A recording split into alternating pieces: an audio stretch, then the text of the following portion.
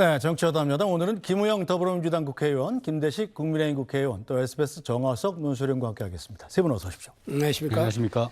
네, 이재명 정부의 1호 법안인 이른바 3대 특검법이 공포된 이후에 민주당과 조국혁신당이 특검 후보자 추천 작업에 속도를 내고 있습니다.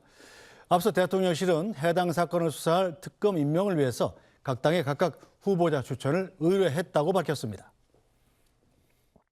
대통령실은 어제 우원시 국회의장으로부터 내란 특검법과 김건희 특검법, 최상병 특검법 등 이른바 3특검 법안에 대한 특별검사 임명 요청을 받았습니다.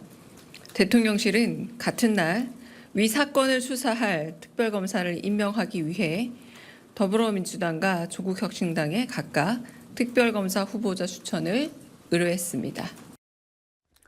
네, 자 정화석 논설위원, 이 특검법 의결 공포부터 특검 후보 추천 그리고 이 대상자 거론까지 상당히 좀 빠른 속도로 추천이 되는 것 같습니다. 그렇죠. 네. 6월 3일 날 대선 치르지 네. 않았습니까? 4일 날 취임시켰고 5일 날 국회가 본회의 열어서 특검법, 3특검법 의결을 했습니다. 그게 그 다음 주 이제 바로 처음 열리는 국무회의에서 의결이 되고 공포가 됐죠.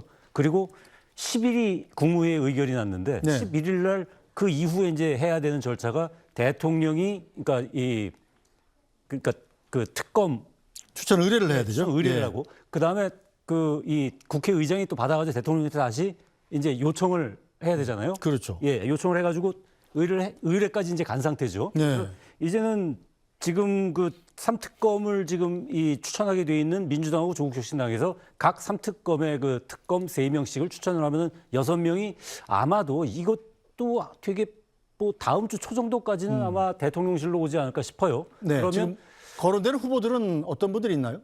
일단은 뭐 윤석열 정부 때 이 잘 나가던 검찰 출신들은 아니지 네. 않겠습니까? 그래서 보통 이 문재인 정부 시절 하다가 그 이후에 뭐 윤석열 정부 들어서 뭐 옷을 벗었다거나 네. 뭐 좀 갈등이 있었다거나 이런 그 검찰 출신의 이 인사들이 많이 거론이 되는데요. 지금 화면에 나가네요. 그 이정수 전 중앙지검장, 네. 서울중앙지검장이죠. 그다음에 심재철 전 서울남부지검장, 그다음에 김양수 전 부산고검 차장, 뭐 네. 이런 사람들 대부분 이제 문재인 정부에 있다가 윤석열 정부로 넘어가면서 이제 네. 옷을 벗은 그런 법조계 인사들이고요. 말고도 이제 이 윤석열 검찰총장하고 이렇게 좀 대립각을 세웠던 한동수 전 대검 감찰부장이라든가 아니면 조은석 전 감사위원, 윤석열 정부의 감사원에서 감사위원으로 재직을 하면서 좀 이제 충돌이 있었죠. 네. 예, 이 조은석 감사위원도 검사 출신이고요.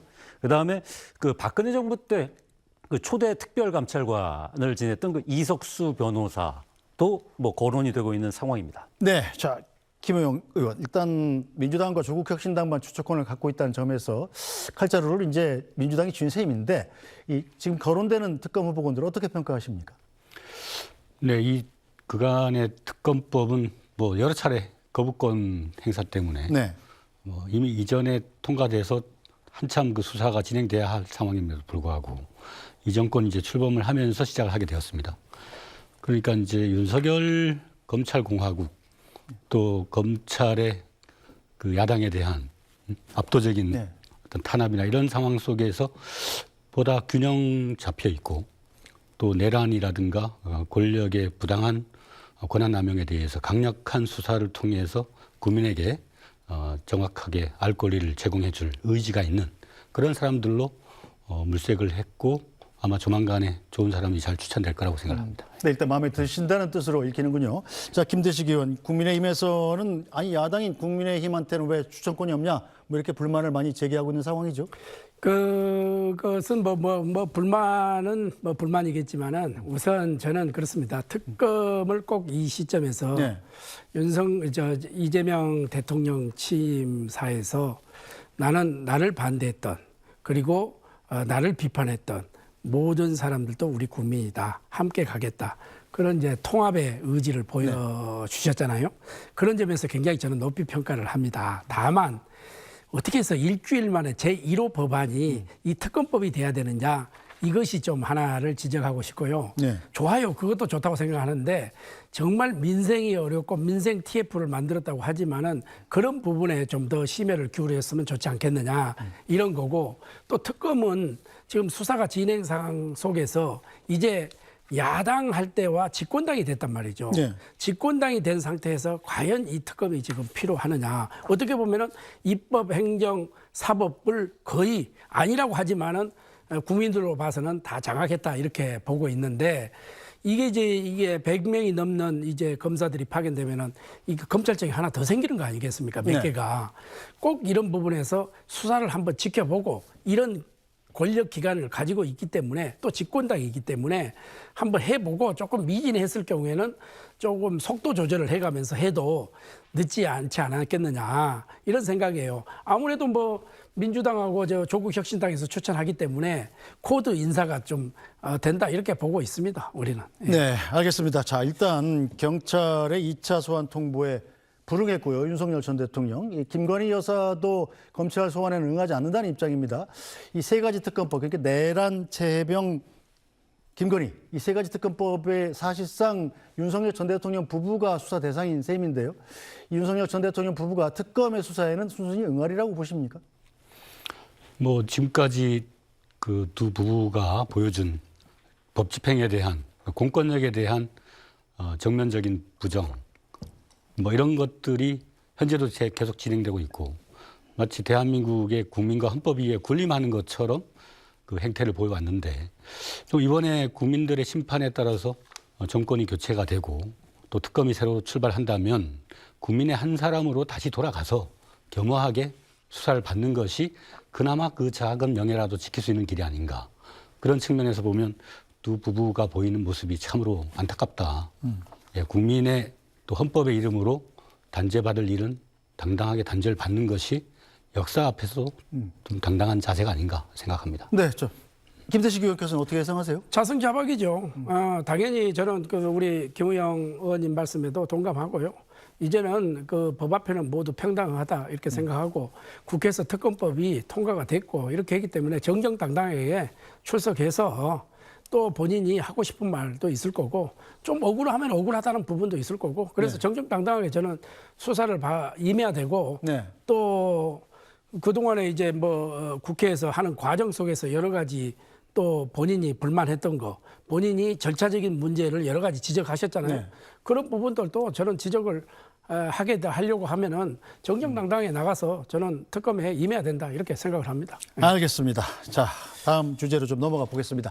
이재명 대통령이 꼭 무덤 같다 이렇게 표현했던 용산 대통령실에서 대선을 2주 앞두고 주요 자료를 파기하려 했다는 주장이 나왔습니다. 경찰은 정진석 전 비서실장이 자료를 파기하려 했다는 의혹에 대해서 수사에 나선 상황인데요. 민주당은 철저하게 책임을 물어야 한다고 강조했습니다. 들어보시죠.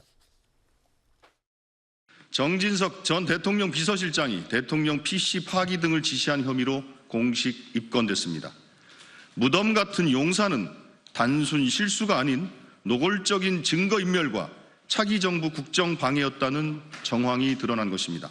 민주당은 이미 대선 기간에 윤석열 대통령실 PC 파쇄 지시 제보를 받고 증거인멸을 멈추라고 경고했습니다.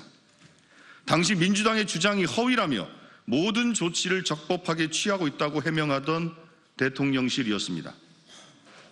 멀쩡한 PC를 파기하는 것이 적법한 절차입니까? 내란 증거를 인멸하고 차기 정부의 국정 운영을 방해한 혐의는 명백한 범죄 행위입니다. 경찰은 반드시 책임을 물으십시오. 네, 김호영 의원, 일단 이재명 대통령이 되고 나서 첫 브리핑을 갖는 자리에서 브리핑하기 전에 이 대통령실이 무덤 같다. 네. 도대체 컴퓨터도 하나도 없고 필기구 도구 주는 사람도 없다. 이런 얘기를 했었어요. 이게 사실상 이 정시적 전 대통령실 비서실장의 지시 때문에 이렇게 됐다는 주장인데 어떻게 보십니까? 그러니까 정권은 유한해도 네. 국가는 지속돼야 되는 거 아닙니까? 그렇다면 전임 정권이 최소한 다음 정권의 어떤 출범과 관련해서는 협조의 의무가 있는 거거든요.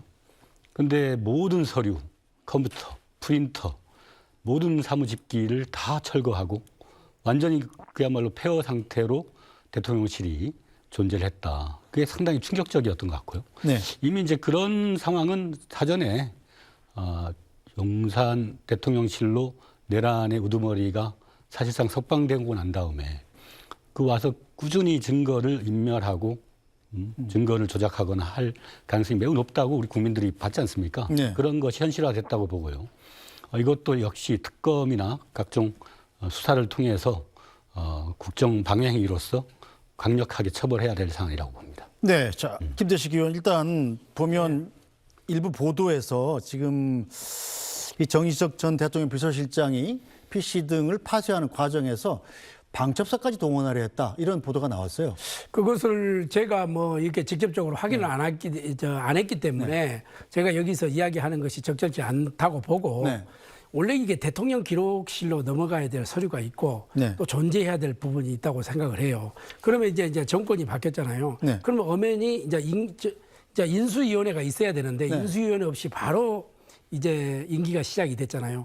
그러면은 행안부라든지 대통령 경호실이라든지 이런 부분에서 그런 절차가 있었을 건데 네. 왜 저런 일이 벌어졌는지 저도 지금 그 이 대통령께서 그때 저 브리핑에서 말씀하셨을 때 설마 저렇게까지 했겠느냐 하는 생각이 드는데 제가 여기서 지금 확인이 안 된 상태에서 네.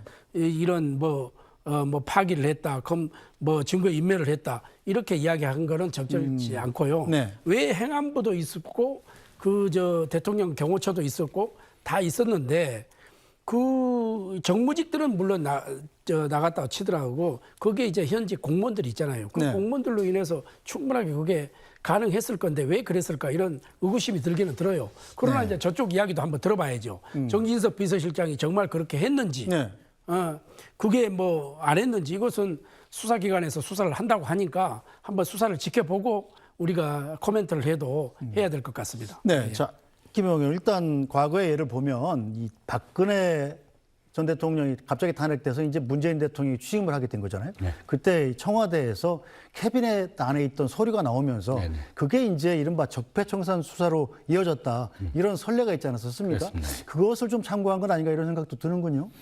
그러니까 윤석열 대통령 자체가 범죄 수사로 일관해 왔던 검사 출신이기 때문에 그 증거가 남아 있을 때 그것이 본인의 사법 처리에 어떤 영향을 미칠지 그런 거는 뭐 아주 본능적으로 잘 아는 그런 사람이고 또 정진석 비서실장도 아마 그러한 그 내란 수계의 어떤 향후 범죄의 경량 이런 걸 좀 더 완화시키기 위한 그런 의도로 분명히 지시를 했을 거고 공무원들은 지시 없으면 저렇게 할 수가 없거든요. 그 행정공무원들이 자기 마음대로 어떻게 서류를 파기하거나 컴퓨터나 이런 걸 없애겠습니까?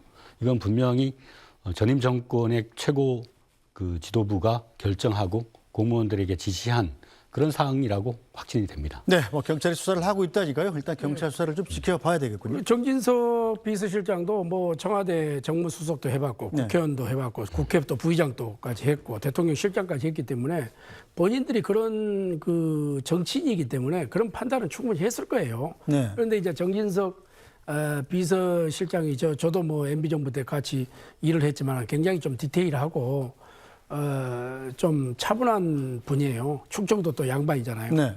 자, 그런 분이기 때문에 과연 그런 그 자기 판단으로 범죄 행위까지 저질렀을까 이것은 의구심이 들어요. 그러니까 네. 아마 수사 과정에서 그런 것은 하나하나 밝혀지리라 이렇게 생각을 합니다. 알겠습니다. 자, 이런 가운데 민주당 의원들은 이 검찰청을 폐지하는 검찰개혁 방안을 내놨습니다. 자, 정화순 논술위원, 일단 당론으로 발의된 건 아닙니다만 민주당 의원들이 추진하는 이 검찰개혁 방안 어떤 것들입니까? 검찰의 힘을 빼는 게 이제 주요한 목적입니다. 네. 그래서 지금 검찰청이라는 법무부 산하 외청으로 존재하는 검찰청이 어떤 기능을 하고 있느냐 보면은 뭐 영장 청구, 그다음에 기소, 공소 유지, 그리고 특정 범죄에 대한 수사 이 정도로 이제 나눌 수 있잖아요. 모든 걸 다 하는 거죠, 그 검찰청 안에서. 모든 걸 다 하는 건 아니죠. 예. 뭐 딴 또 수사기관도 있으니까. 네. 근데 그 수사 기능을 떼겠다는 겁니다. 네. 그래서 떼고 나머지 남은 뭐가 남습니까? 영장 청구, 기소, 네. 공소유지. 요 부분만 남겨놓고 검찰청이라는 이름을 공소청으로 바꾸겠다. 그래서 그 부분만 담당하게. 그러니까 수사에서 완전히 손을 띄게 하고요. 네. 그 나머지 수사 기능. 그러니까 지금 검찰이 갖고 있던 그 수사 기능이 뭐냐면은 부패, 경제, 공직자, 선거, 방위사업, 대형 참사 같은 6대 중대 범죄에다가 마약과 내란 외환까지 합한 8대 범죄에 대한 직접 수사권을 갖고 있는데 네. 이 부분을 따로 띄어가지고 중수청, 중대범죄수사청이라는 또 하나의 외청을 네. 법무부 산하가 아닌 행안부 산하에 두겠다는 겁니다. 그래서 그 검찰이 그 갖고 있던 수사권을 그대로 갖고 오는 거죠. 네. 그 이 공소청에서 있는 그 이 검사들은 검사란 명칭을 그대로 쓰는데 이 중수청으로 이제 이 넘어와서 나는 뭐 기소나 공소유지를 하지 않고 수사 쪽을 하고 싶다라고 하는 검사들은 수사관이라는 이름으로 이름이 바뀝니다. 네. 예, 그렇게 해서 이 중수청이 생기고요. 네. 그러면 지금 현재 또 남아 있는 수사기관이 공수처가 있겠죠. 고위공직자 수사처하고 경찰 산하에 국가수사본부가 있잖아요. 그러니까 이렇게 세 가지 수사기관이 생기는 거 아닙니까? 이 법대로 하면. 네. 그래서 그 이 부분을 총리 직속에 네. 국가수사위원회라는 기관을 둬가지고 이 국가수사위원회, 국수위가 이 세 종류의 수사기관들 간의 어떤 그 이번 뭐 이제 그 비상계엄 이후에도 많이 이제 그런 부분들이 문제가 좀 됐었던 적이 있는데 네. 이 수사 범위라든지 뭐 누가 할 것이라든지 이런 부분에 대해서 충돌되는 부분 뭐 이런 부분을 조정해 주는 역할을 국수위에서 하는 그런 내용의 법률안입니다. 네, 자 김우영 의원 일단 현 정부 들어서 이 대법관 수를 증언하는 법률이라든지 아니면 이 대통령이 됐을 때 재판을 중단하는 법이라든지 이런 약간의 여론에 좀 부작용이 우려되는 법안을 미뤄왔잖아요. 그런데 이 검찰을 완전히 개혁하는 검찰청 자체를 없애는 법안은 사실 현직 검찰들의 상당히 큰 반발이 우려되는데 이렇게 추진하는 이유가 있을까요? 사실 이 이재명 정부의 탄생에 이르기까지 그 검찰의 정치적 중립 위반 네. 또 대통령 정권의 이제 사실 신여가 되어서 그 야당 내지는 정적을 상대로 엄청난 그 권한을 남용하고 증거를 조작하거나 하는 그런 행위들이 상당히 국민들로부터 이제 분노의 대상이 되었던 것은 사실이지 않습니까? 네. 어쨌거나 그러면 이 정권으로서는 그러한 국민들의 열망, 검찰이 좀 정상적인 국가의 기관으로 거듭나길 바라는 그런 국민의 열망을 대변해서 개혁 작업에 착수를 해야 되는 건 사명이라고 생각합니다. 만약에 우리 그 이재명 정권이 전임 정권처럼 검찰을 정권의 어떤 하수인으로 또 정치 탄압의 도구로 활용하려 한다면 네. 현행 체제를 그대로 두는 게 낫습니다. 인사권 활용해가지고 네. 정권에 충성하는 검찰총장으로 하여금 사건 배랑해서 막 때려잡으면 되겠죠. 그러나 그것은 우리의 민주주의를 위해서도 상당히 바람직하지 않기 때문에 권한을 좀 나누고 네. 또 서로 수사기관과 공소청으로 견제와 균형의 어떤 원리를 관철하도록 하는 것이 네. 시대적 추세에 맞고 또 다시는 이 윤석열 정권 같은 그런 비극이 일어나지 않도록 하는 그런 예방적 조치로도 꼭 필요한 일이다 그렇게 봅니다. 네, 자 국민의힘에서는 이 민주당의 이 검찰 개혁안 어떻게 평가하실까요? 그래서 이번 법안의 핵심은 네. 이게 검찰의 수사권을 완전히 박탈하는 거 아니겠습니까? 그리고 이제 영장 청구, 기소 그리고 공소유지를 전담하는 별도의 이제 이 공소청을 신설하겠다는 구상인데 과거에 수사, 기소 분리 논쟁이 이어져 왔잖아요. 네. 이게 이제 정치적인 논리에 이제 불가피하게 이제 전개가 될 건데 검찰 개혁 좋아요. 명분도 좋고 다 좋아요. 그러나 국민의 신뢰 회복이 저는 우선 되어야지 정권의 권한 강화를 한다든지 이런 수단으로 비춰져서는 나는 법안에 이게 상당히 저항이 있을 것이다. 그러면 이것을 여야가 정말 협치하고 통합하고 같이 의논해서 머리를 맞대고 자 이렇게 검찰 개혁을 우리는 해보고 싶다 이렇게 한다고 하면은 여야가 머리를 맞대고 또 전문가들도 의해서 공청회도 갖고 네. 국민들의 의견을 듣고 이렇게 충분히 해소가 되는데 일방적으로 이렇게 밀어붙이는 경향이 있어서 그게 우려스럽다. 그런 측면에서 이게 잘못하면은 민주당에서 오만과 교만과 절대 다수의 그 의석을 가지고 네. 겸손하지 못하는 이렇게 되면은 국민들이 더 저항에 부딪힐 수 있을 것이다. 첫째도 겸손이고 둘째도 겸손이고 셋째도 겸손이다. 그것이 이재명 대통령이 지금 추구하는 방향이에요. 그러나 이제 이거 우리 저기 대통령실에서는 뭐 국회에서 알아서 할 거다 이렇게 하지만 네. 그런 문제가 아니지 않습니까? 이제 그런 점을 저는 우리는 우려하는 거예요. 네. 예, 예. 자, 정은선 선수요. 중요한 건 현실화 가능성 아니겠습니까? 검찰 조직에서 뭐 상당한 반발도 좀 예상이 되는데 어떻게 될 것 같아요?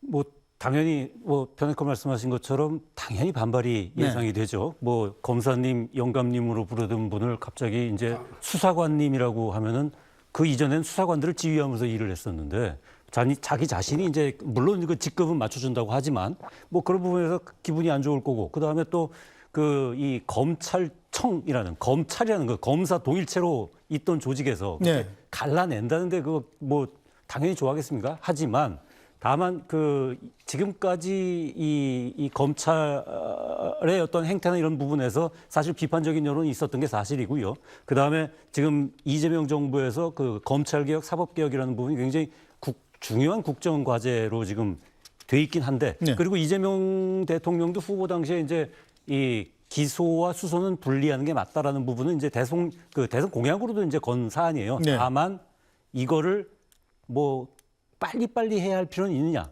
그러니까 속도 조절에 대한 그런 여지는 대선 전에 남겨놓은 상태거든요. 그래서 이거는 저 보기엔 뭐 이렇다고 해가지고 바로 저걸 본회의에 올려서 네.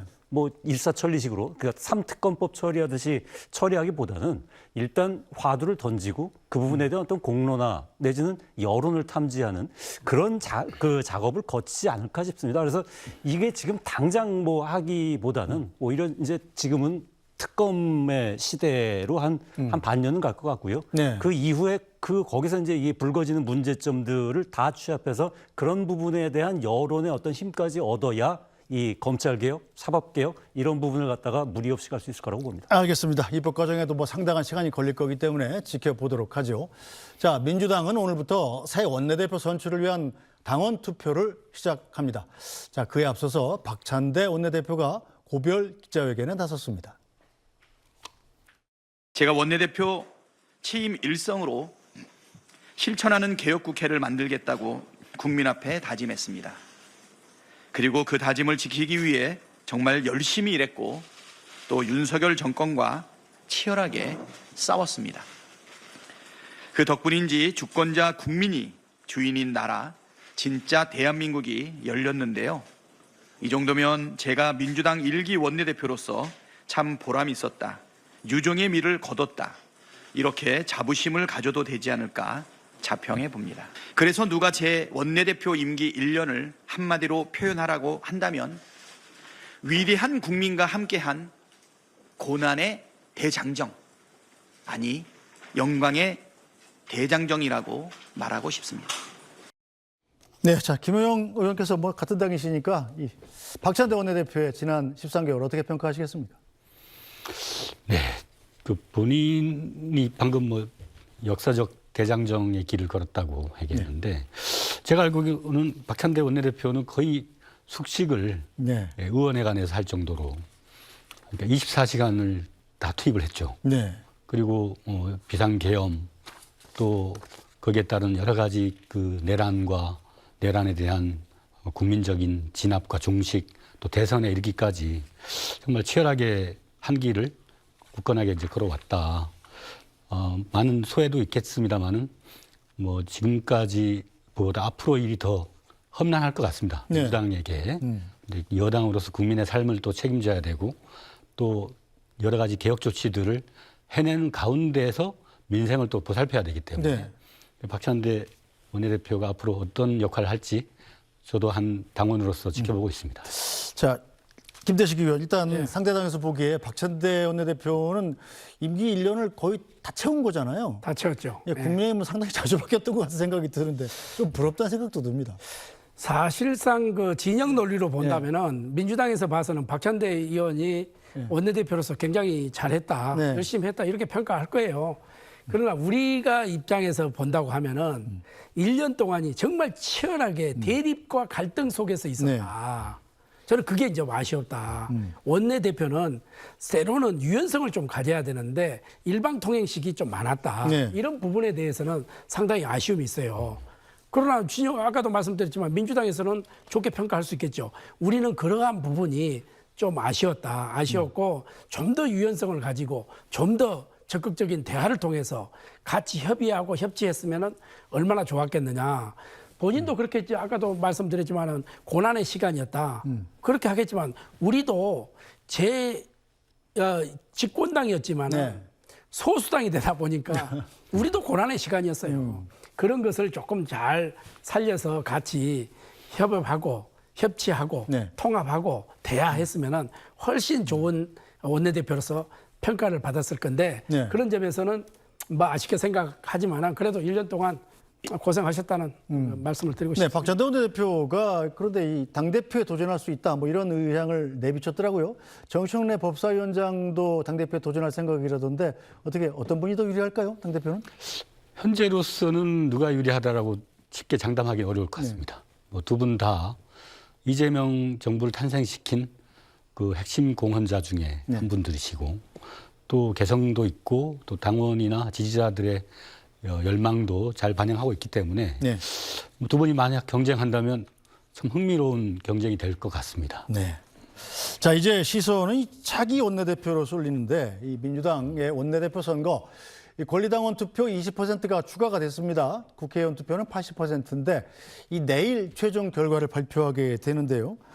이 두 분 후보죠. 김병기, 서영교 이 두 의원이 전부 다 사실상 뭐 친명 의원이신 거잖아요. 그 두 분 사이에 뭐 별로 차별점이 별로 없다. 뭐 이런 의견도 나오던데 국민의힘에서는 어떻게 보고 계십니까? 그렇죠. 두 분 다 뭐 그 부분에서 뭐 추출하신 분이고 그래서 이제 두 분 다 또 친명이잖아요. 친명이고 이제 우리 국민의힘의 시각에서 뭐 민주당 원내대표 하는데 감나라 콩나라 할 수는 없는 문제고 그럼 이제 제3자 입장에서 본다면은 서영교 의원이나 김병교 의원님 같은 경우에 두 분이 이제 대결을 하는데 좀 유연성을 가지고 있는 분은 좀 김병기 의원님이 아닌가 싶은 생각이 좀 들어요. 네. 우리 서영교 의원님도 뭐 여성 의원님으로서 강직하고 아주 투쟁력이 있고 이렇게 하지만은 좀 더 우리 국민의힘하고 대화할 상대는 김병기 의원님이 아닌가 이런 생각도 드는데 그래요? 그거는 우리가 결정할 문제가 네. 아니고 민주당이 이제 권리당원과 의원님들이 이제 결정한 거니까 이 부분은 우리 의원님한테 네. 여쭤보는 게 좋을 것 김영 같아요. 의원은 김 누구 지지하세요? 네? 솔직히 말씀드려서. 저는 누구를 지지한다고 말씀드리기가 곤란합니다. 그러나 예. 두 분 다 장점이 있고요. 특히 이제 서영교 의원 같은 경우는 대중 정치인으로서 상당히 성실하고 네. 또 다선인인데도 불구하고 전면에서 아주 우렁찬 목소리로 지금까지 의정 활동을 해왔기 때문에 네. 많은 지지자들이 있는 게 사실이고 김병기 후보의 경우는 우리 민주당으로서는 드물게 국정원 출신이에요. 권력기관의 생리를 정확히 알고 있는 거죠. 네. 그래서 정확히 진단하고 어디를 어떻게 개혁해야 되는가를 알 수 있는 그런 권력기관 개혁의 적임자라고 이제 본인을 소개하고 계십니다. 뭐 두 분 다 충분한 자질이 있기 때문에 뭐 당원과 또 의원들의 평가에 따라서 역할이 주어지겠다 이런 생각이 듭니다. 네. 자, 그런데 막판에 김병기 의원의 아들의 취업 청탁 의혹이 한 언론의 폭로로 계속 드러나고 있지 않습니까? 이거는 김호영 의원께 드리면 좀 곤란하실 것 같아서 김대식 의원께 좀 여쭙겠습니다. 도대체 이런 일이 왜 생기는 걸까요? 그거는 뭐 여러 가지로 이게 그거 할 수 있겠지만은 아들 취업 청탁 논란 이런 부분은 저는 그 정치를 하면서요. 네. 앵커님 두 가지를 별로 나는 거론을 하지 않습니다. 어떤 걸요? 첫째 인사 문제를 별로 거론하지 않습니다. 왜? 정권을 왜 잡습니까? 인사 재적 행정을 잡기 위해서 잡는 거예요. 네. 그러면 하라 이거야. 네. 마음대로 하고 성공해도 같이 성공하고 실패해도 같이 실패한다. 두 번째 자식 문제는 별로 나는 거론한다. 왜? 언제든지 나한테 그 부메랑으로 돌아올 수 있다. 그러나 단 김병기 아들 취업 청탁 논란 네. 이거는 뭐 우리 입장에서 이야기하기는 그렇지만 민주당에서 권리당원과 그리고 의원님들이 저 문제에 대해서는 좀 판단하지 않을 것일까 이렇게 네. 생각을 합니다. 네. 제가 잠깐 해명을 그런데 그런 부분에는 별로 저는 민주당에서는 그렇게 저걸 가지고 표가 왔다 갔다 자주지는 하지 않을 것이다 이렇게 보고 있습니다. 네, 그게 청탁이라기보다는 네. 항의의 전화였다고 봅니다. 그러니까 국정원 출신의 그 김병기 그 당시에 이제 아마 MB 정부 때 그 해직이 돼가지고 그런 상태였는데 아들이 기무사 장교로 있다가 네. 시험을 봐서 다 통과를 했는데 신원조에서 탈락한 거예요. 국정원 출신의 또 그것도 국정원 안에 상당한 활약을 하던 김병기라는 사람의 신원이 문제가 되어서 아들이 탈락을 한 거는 당연히 부당한 처사라고 봐야 되겠죠. 거기에 대해서 이제 부모로서 왜 어떤 경위로 그렇게 이와 같지 않은 이유로 탈락을 했느냐라고 항의할 수 있는 거는 얼마든지 할 수 있는 일이 아니었는가. 지금 그걸 갖고 뭐 청탁이니 뭐니 하는 거는 약간의 정치적 공작의 냄새가 나고 또 이미 감사원이나 이런 데서 정확하게 감사를 해서 명명백백하게 진실이 밝혀진 사안이라고 들었습니다. 네, 이게 또 이런 사안을 알기 때문에 뭐 당원이나 의원들 사이에서 뭐 표에 영향을 미칠 것 같지는 않습니다. 어쨌든 김병기 의원의 아들 청탁에 대한 사건은 이 의원들의 그리고 또 당원들의 표심에는 영향을 끼치지 않을 것 같다.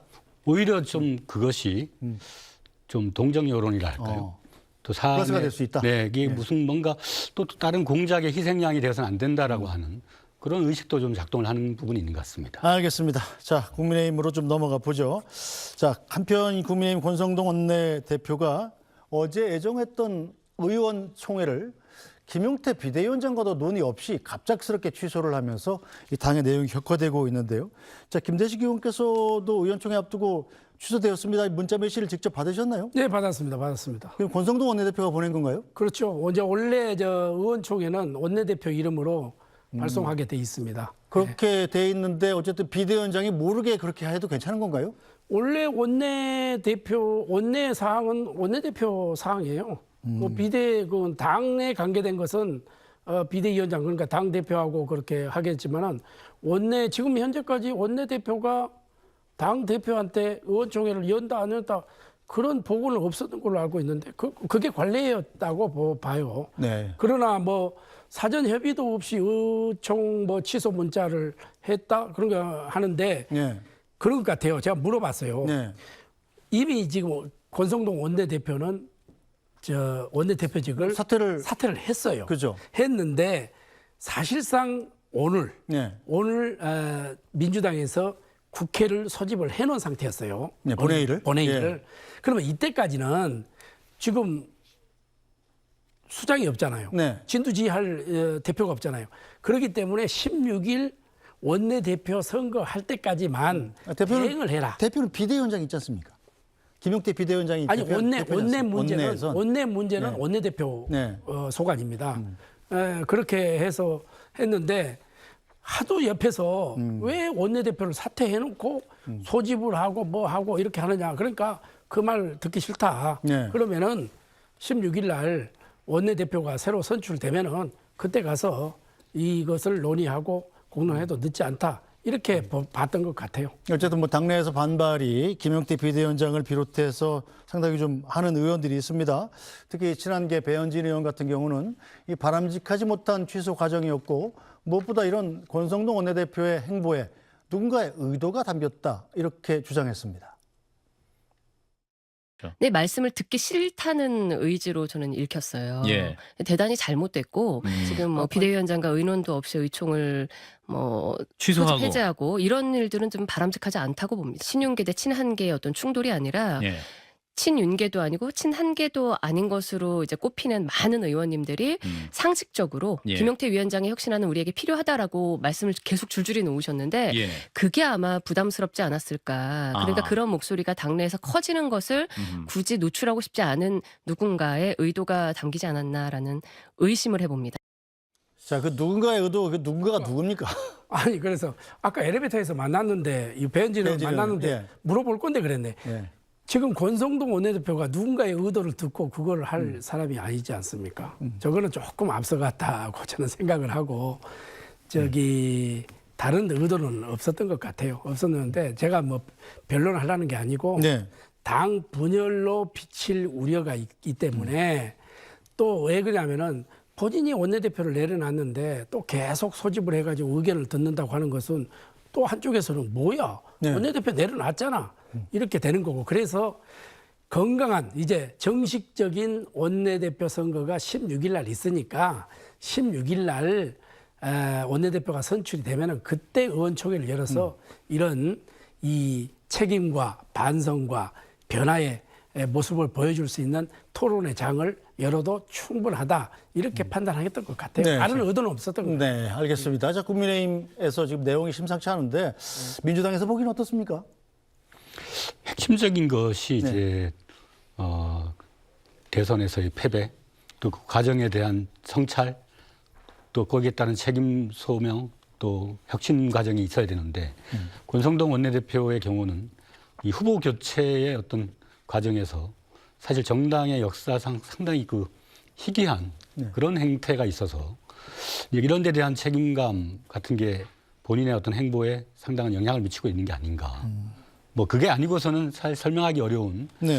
그 사실 뭐 의원총회야 뭐 사퇴의 의지를 밝혔다 하더라도 네. 의원들의 공론을 모으기 위해서 소집해달라 그러면 그 차기 선출되기 전까지는 네. 전임이 소집을 하고 의견을 듣는 것이 매우 상식적인 일이 아닌가.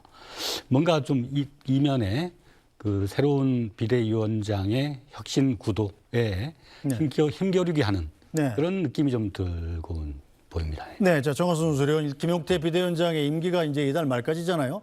그냥 놔두면 이른바 대다수를 점하고 있는 친윤계 의원 입장에서 이 김용태 비대위원장의 힘을 자연스럽게 빼고 새로 선출되는 원내대표한테 힘을 실어서 자기들 의도를 관철할 수 있지 않느냐, 뭐 이런 음모가 진행되고 있다 이렇게 보는 것 같아요. 친한계 의원들은. 그 5대 개혁안을 이제 지지하고 네. 그다음에 이제 친한계로 분류되는 이제 의원들 사이에서는 이게 친윤계의 뭉개기 작전 아니냐. 네.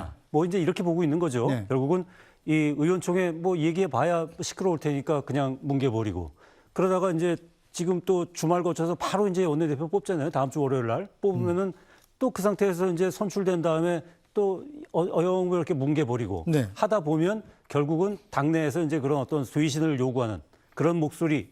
일단 그 전에 전제는 네. 친윤계 원내대표를 선출하는 거죠. 월요일 날. 그렇죠. 예, 선출을 하고 그 다음에 그냥 뭉개다 보면 자연스럽게 김용태 비대위원장의 그 임기인 6월 30일까지 가고 그냥 그 상황에서 임기가 끝나면 네.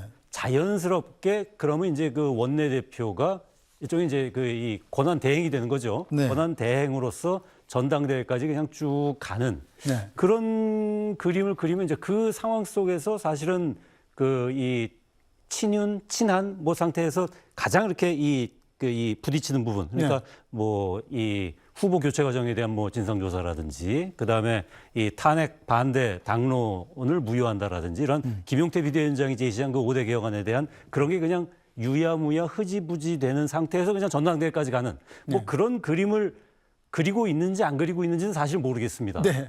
하지만 분명한 거는 친한계 쪽에서는 그렇게 보고 있는 거죠. 네, 이제 그렇게 친한게 그렇게 본다는데 김대식 의원 어떻게 생각하세요? 제가 이제 의원총회에서 네. 제가 그동안에 초선 의원 대표를 맡아왔지 않습니까? 44명이에요. 네. 그리고 재선이 30명, 74명이에요. 그러면은 김용태 위원장의 그 5대 개혁안 참 좋아요. 네. 그래서 우리가 선거에 패배하고 백보드에 뭐를 했느냐면은 네. 책임 그리고 반성 변화 이랬단 말이죠. 그러니까는 김용태 위원장은 물러나라는 게 아니야. 그 책임을 지면 국민들에게 어떤 메시지를 던져줘야 될 거 아니에요. 네. 그 메시지가 책임이란 말이에요. 전쟁터에서 우리가 국민의 지지를 못 받았잖아요. 선거에서 패배했잖아요. 그렇기 때문에 모두 일괄적으로 책임을 지고 사퇴를 하자. 이렇게 됐는데 나머지는 다 사퇴했어요. 김용태 위원장만 안 했어요. 그러면 김용태 위원장도 그때 사퇴라는 것을 던졌으면은 차기 전당대회가 한 2달 만에 하니까 김용태 위원장이 그때까지는 좀 맡아달라. 네. 이런 총론을 충분히 모을 수가 있다 이거예요. 네. 그리고 나서 우리가 반성을 해보자. 우리 국민들이 왜 우리를 이렇게 했을까? 이 탄핵의 계엄, 탄핵, 이 강을 넘지 못하고 우리가 어떻게 국민들에게 지지를 받을 것이냐 반성을 하고 그리고 나서 이제 김용태 위원장이 내가 생각하는 5대 개혁은 이렇는데 여러 의원님들 생각이 어떻느냐 네. 딱 던져주면은 좋다 그렇게 가자 네. 이렇게 했을 경우에는 굉장한 임팩트가 있었는데 이거 뭐 김용태 위원장을 몰아내고 뭐 새로운 뭐 비대위원장을 지면 이거는 전혀 아니라는 것을 제가 다시 한번 말씀을 드립니다. 전혀 아니고 지금 현재 5대 개혁안을 대다수 의원들이 참 좋은 안이다. 그런데 그것이 공론화, 총론, 그리고 수기, 그리고 또 협의 이런 게 좀 필요하기 때문에 선후가 바뀌었다는 이런 거지. 네. 여기에서 뭐 꼼수를 부려가지고 뭉개고 뭐 가고 전혀 그게 아니라는 거를 내가 다시 한번 알겠습니다. 말씀을 드리고 우리 저 언론도 이런 부분은 갈라치기 좀 하지 마시고 알겠습니다. 우리 국민의힘에는 전혀 갈등이 없습니다. 이제 친윤이 어디 있습니까? 친한이 어디 있습니까? 저는 하나다 이렇게 생각을 하고 좀 갈라치기를 좀 안 해줬으면 좋겠다. 알겠습니다. 어쨌든 간에 이 권성동 원내대표의 후임이 과연 그럼 누가 될지가 주목이 됩니다. 네. 여기에 3선의 김성원 의원 그리고 송원석 두 의원이 출사표를 던졌습니다. 제가 출마를 결심하게 된 가장 큰 이유는 혁신과 변화의 의미를 그 누구보다도 더 깊이 고민하고 또 잘 알고 있고 그것을 해결할 수 있기 때문입니다. 비삼 계엄과 탄핵이 대선 패배의 직접적인 원인이라는데 이견은 없습니다. 가장 시급한 과제 중 하나, 당내 민주주의의 안착입니다. 우리 내부의 정당 민주주의가 제대로 작동하지 못했기 때문에 당심과 민심의 괴리로 이어졌습니다. 저 김성원은 당내 민주주의 시스템이 정상적으로 작동하는 그러한 정당 문화 구축을 바로 하도록 하겠습니다. 이제 국민들께서는 우리 국민의힘에 분명한 변화와 진정한 쇄신을 요구하고 있습니다. 갈등과 암투에 지친 정치는 더 이상 원하지 않습니다. 또한 국민의힘이 정책에 강한 정당, 민생과 경제협법을 제시하는 정당으로 거듭나기를 바라고 계십니다. 경제, 재정 분야의 정책 전문성을 바탕으로 당의 변화와 쇄신을 이끌 든든한 밑거름이 되겠습니다. 뜻이 다르다고 외면하거나 배제하는 것이 아니라 치열한 토론과 지속적인 논의를 통해 당의 총의를 모아가는 데 제 모든 열정과 역량을 쏟아붓겠습니다. 네, 일단 대선 패배 후유증 극복하고 당의 내용도 수습해야 될 책임이 막중한 책임이 원내대표한테 생기는 건데 자, 김대식 의원 보기엔 누가 더 적임자라고 보십니까? 저는 그 선거 중에서 제일 어려운 선거가 국회의원들을 상대로 원내대표 선거가 제일 어렵다고 네, 생각을 그렇죠. 하는데 참 우리 저 김성원 의원이나 송원석 의원이 저하고도 참 오래됐고 참 친한 의원이에요. 두 분 다 아주 훌륭한 분이죠. 송원석 의원님 같은 경우에는 뭐 관료 출신이고 네. 또 정부에서도 많은 일을 했고 또 원내 수석 부대표를 했어요. 그런 경험도 있고 그래서 참 훌륭한 분이다 이렇게 생각하고 우리 김성원 의원도 상당히 참 유연성을 많이 가져요. 네. 친화력도 있고 그렇기 때문에 이 두 분이 아직까지 더 나오실란가는 모르겠는데 네. 두 분의 이제 출사표를 오늘 던졌으니까 우리 의원들이 잘 판단해서 선출하리라 이렇게 봅니다. 이번 원내대표는 상당히 중요한 원내대표 네. 선거가 될 수밖에 없습니다. 왜 그러냐면은 우리가 이제 공수가 바뀌었거든요. 이제는 이제 우리가 야당이 됐단 말입니다. 네. 그러면 대여 투쟁을 어떤 방법으로 해야 될 것이냐, 그리고 거대 민주당과 어떤 방법으로 싸우고 우리의 목표를 관철해야 될 것인가, 이런 부분이 가장 중요한 부분이기 때문에 우리 의원들 네. 107명이 현명한 선택을 하리라 이렇게 봅니다. 자, 그런데 정화선 논술은 보시기는 어떻습니까? 김성원 의원 같은 경우는 지역구가 경기 동두천, 양주, 연천, 을입니다. 수도권 3선 의원이고, 자, 송원석 의원은 TK에서 3선을 했어요. 자, 자연스럽게 친윤 대 친한의 구도가 형성되는 것 아니냐, 뭐 이런 분석도 있더군요. 여러모로 그렇죠. 네. 그러니까 일단은 뭐 TK와 수도권 쪽에 지역구를 두고 있는 의원들이 나섰고, 네. 그다음에 김성원 의원 같은 경우는 이제 이 국민의힘 대선 후보 경선일 때 한동훈 후보 캠프에서 활동을 했어요. 그러니까 뭐 친한계라고 뭐 그거는 부인을 못하는 부분이죠. 네. 예. 그리고 송원석 의원은 제가 알기로는요, 뭐 영남 지역 TK, PK 지역의 뭐 저 친윤계 의원들 사이에서 뭐 좀 내부적으로 이렇게 논의 끝에 좀 이렇게 정리가 된 후보라는 걸로 알고 있고요. 그래서 자연스럽게 친윤, 친한 뭐 김대식 의원님 갈라치기 하지 말라고 하시는데 뭐 갈라치기 의도는 없습니다. 예.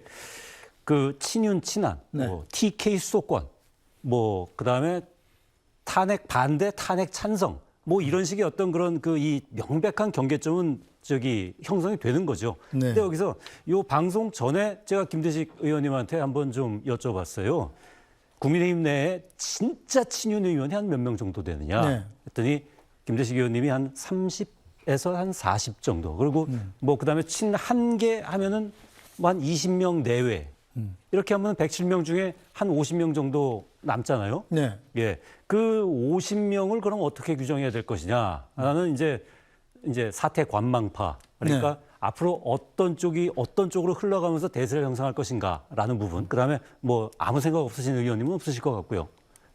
또는 그냥 이기는 편이 우리 편. 네. 뭐 이제 이런 또 의원도 계실 것 같긴 한데 네. 어쨌든 그 나머지 50명이 결국은 지금 현 상황에서 국민의 힘에 대한 어떤 위기 의식의 정도 있지 않습니까? 네. 그 정도하고 그다음 지금 김용태 비대위원장이 던져오는 그런 5대 개혁안이라는 게 어느 정도 힘을 받아야 될 것인가?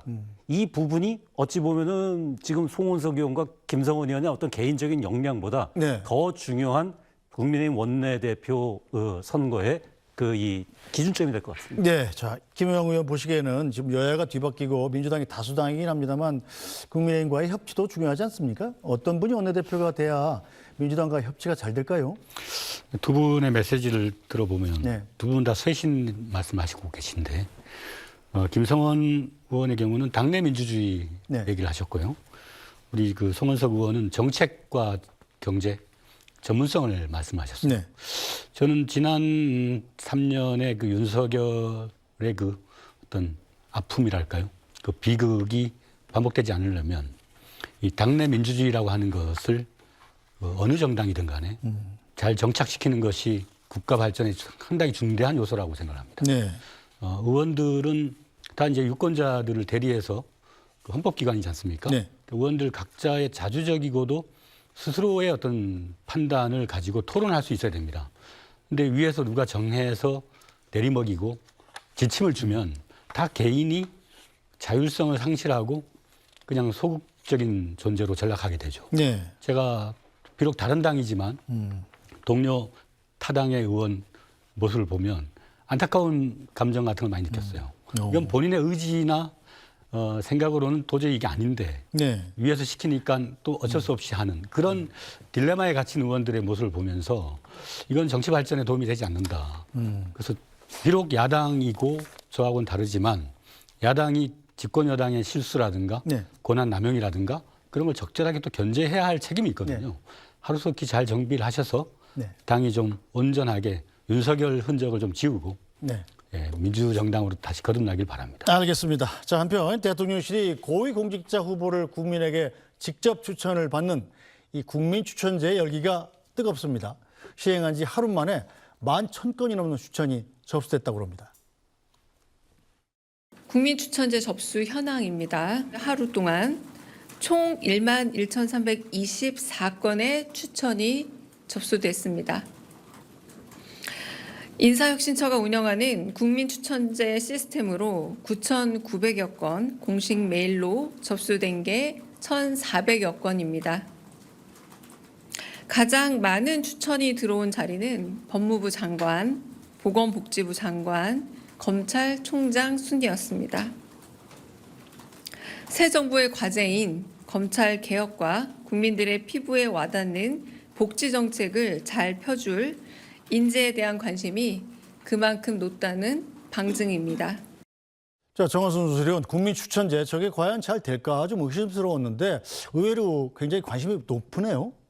높죠. 예. 그리고 지금 법무부 장관, 보건복지부 장관, 검찰총장에 대한 추천이 많다라는 네. 부분은 또 다른 여론조사 보면은 사실 지금 이재명 정부가 해야 할 가장 시급한 과제 하면은 항상 보면 민생 나오고 그 다음에 무슨 뭐 통상 외교 나오고 네. 뭐 그 다음에 이제 뭐 통합 나오고 그 다음에 이제 뭐 사법 개혁, 뭐 의료 개혁 이런 식으로 나오거든요. 그거랑은 사실은 조금 순서가 다르지 않습니까? 네. 오히려 그 순서대로라면은 경제 뭐 부총리는 누가 해야 되고 뭐 통상장관은 누가 해야 되고 이런 부분에 대한 추천이 많아야 될 텐데 네. 지금 법무부 장관, 보건복지부 장관, 검찰총장의 추천이 많다라는 거는 어찌 보면은 정치적인 어떤 의사를 표출하는 데 열성적인 네. 예 그 이 계층에서 많은 추천했다는 거고 또 윤석열 정부에서 넘어온 과제 중에 하나가 사법개혁, 검찰개혁, 의료개혁이기 때문에 네. 이 부분에 대해서 굉장히 관심이 높은 것도 사실이겠죠. 근데 다만 이게 이제 이런 식으로 이제 그 정치적 고관심층 네. 내지는 정치적 행동층의 추천이 이 자칫 인기 투표로 흐를 가능성들이 좀 있지 않습니까? 그래서 그런 부분들, 그러니까 뭐 또 이 희화화해서 추천하는 뭐 부분들, 뭐 구체적인 이름은 거명하기가 좀 뭐합니다만은. 네. 그래서 그런 부분들은 이재명 정부가 잘 알아서 걸러서 국민 추천제의 어떤 그런 본래의 취지를 잘 살리는 뭐 정책을 칠 거라고 기대를 합니다. 네, 자 김영현 의원께서는 여당 의원으로서 이 국민 추천제 잘 되리라고 생각하십니까? 예, 그동안 민주당은 주로는 이제 집단지성, 네. 당원 주권, 그다음에 이제 국민 주권 정부라는 표명할 정도로 주권자의 의사를 상당히 중요한 요소로 판단해 왔고, 네. 또 이번에 그 인선을 할 때도 이제 그런 원칙에 입각해서 저런 실험을 하고 있는데 뭐 안 하는 것보다 훨 낫고요. 또 다양한 곳에서 다양한 인재들이 보석 같은 분들이 계실 수 있지 않습니까? 네. 그리고 이제 지금 현재 법무부 장관이나 검찰총장 얘기가 많이 나오는 거는 네. 지난 대선에서 그 유권자들의 판단 기준이 주로는 그 내란 사태에 대한 조기 종식, 그 염원이 상당히 그 의사결정에서 중요 요소라고 그때 여론조사에서도 확인됐거든요. 네. 그렇기 때문에 지금 우리 정부는 민생 정책을 펼쳐나가는 것도 중요하지만 이 내란으로 어지럽혀져 있는 대한민국의 시스템을 재정비하는 것. 네. 그것이 상당히 중요한 요소라고 하는 것이 이번 국민 추천제를 통해서도 확인이 되는 바와 같습니다. 네. 김대식 의원은 어떻게 보시나요? 예, 좀 뭐 취지 이런 부분은 저도 괜찮다고 생각을 해요. 전체 이제 전 국민을 대상으로 한번 의견을 들어보자 이렇게 좋은 건데 인사는 만사입니다. 인사는 인기 투표로 되는 게 아닙니다. 그리고 이 최종 책임자는 대통령 인사권자의 고유 권한이다. 이렇게 생각을 합니다. 다만 여기에서 이런 시스템, 이런 제도가 희화화된다든지 아까 논설 위원님께서도 말씀하셨다시피 희화화된다든지 이런 것이 형식적에 그치해서는 절대 안 된다. 그래서 국민 통합 차원 그리고 대통령께서 취임사에서 나를 반대하고 나를 비판한 사람도 우리 국민이다 하는 것이 네. 이기 때문에 탕평으로 가고 적재적소에 인사를 하는 것은 그 정부의 그 내일을 바라볼 수 있는 거거든요. 네. 그런 점에서는 조금 일리가 있다고 보는데 저는 이재명 대통령께서 정말 이런 것도 좋지만은 실질적으로 인사에 누구나가 공감할 수 있는 네. 이게 참 인사 잘했다 이런 이야기가 나올 수 있도록 해주는 것이 저는 중요하다. 여기에 이념이 포함이 된다든지 또 아니면은 자기 중심으로 해가지고 나를 보호하고 나를 지지했던 사람은 그냥 그것도 없이 네. 바로 뭐 임명한다든지 이런 것만 아니면은 저는 인사 문제에 있어서는 책임을 지고 인사권자가 해야 네. 된다. 그러나 이게 되면은 우리 나중에 우리 국민들에게 이게 책임을 떠넘길 수 있는 아주 부작용도 나올 수 있다. 저는 그런 측면에서 본다고 하면은 인사가 만사기 때문에 네. 탕평 인사를 좀 해달라. 이런 알겠습니다. 부탁을 드립니다. 자, 어떤 네. 결과가 나오는지 지켜보도록 하겠습니다. 오늘 정치여담여담은 여기서 모두 마무리하죠. 김대식 국민의힘 국회의원, 김우영 더불어민주당 국회의원, 또 SBS 정화석 논설위원과 함께했습니다. 세 분 수고하셨습니다. 감사합니다.